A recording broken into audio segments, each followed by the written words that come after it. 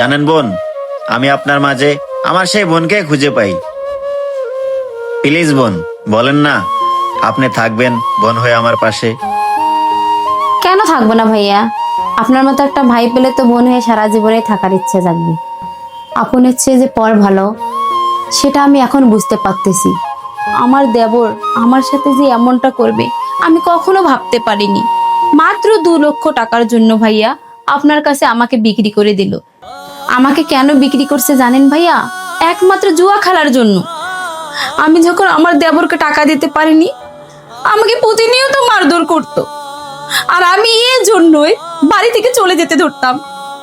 আর আমি থাকতামই না, বলে আর থাকবোই না। তখন কি হলো জানেন ভাইয়া?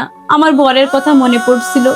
মারা যাওয়ার আগে আমার বর আমার হাতে হাত রেখে বলছে যে, দেখো বউ, আমি যদি মরে যাই তাহলে তুমি এ বাড়ি ভিটা ছাড়বা না। আমি এত কষ্টের পরেও, আমার দেবরের অত্যাচার মায়ের পিঠের পরেও আমি সে বাড়িতে পড়ে থাকতে চেয়েছিলাম। আর সে কি করলো? সে আমাকে জুয়া খেলা নিয়ে জুয়ার টাকা না পেয়ে 2 লক্ষ টাকার বিনিময়ে আপনার কাছে ভাইয়া আমাকে বিক্রি করলো সে।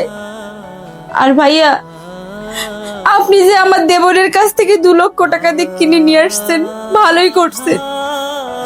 তা না হলে ভাইয়া ও আমাকে মারতে মারতে এক পর্যায়ে মেরেই ফেলতো।